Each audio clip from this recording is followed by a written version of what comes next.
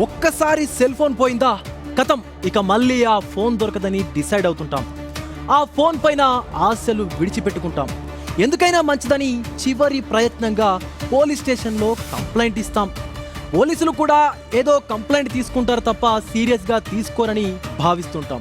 కానీ శ్రీ సత్యసాయి జిల్లా పోలీసులు ఏం చేశారో మీరే చూడండి.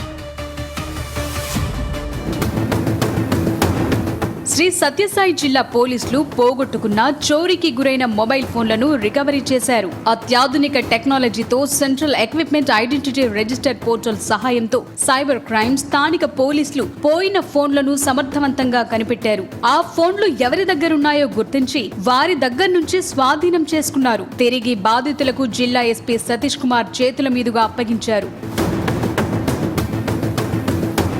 ఫోన్లు పోగొట్టుకున్న వెంటనే పోలీస్ స్టేషన్లో సమాచారం అందించాలని ఎస్పీ సతీష్ కుమార్ తెలిపారు. లేకపోతే సిఐఆర్ పోర్టల్ ద్వారా ఆన్లైన్లో బ్లాక్ చేయాలని సూచించారు. అపరిచిత వ్యక్తుల వద్ద తక్కువ ధరకే వస్తున్నాయని, సెకండ్ హ్యాండ్ ఫోన్లను కొనుగోలు చేయకూడదని హెచ్చరించారు. మొబైల్స్ లో ఉండే వ్యక్తిగత డేటా, బ్యాంకింగ్ వివరాలపై అప్రమత్తంగా ఉండాలని సూచించారు.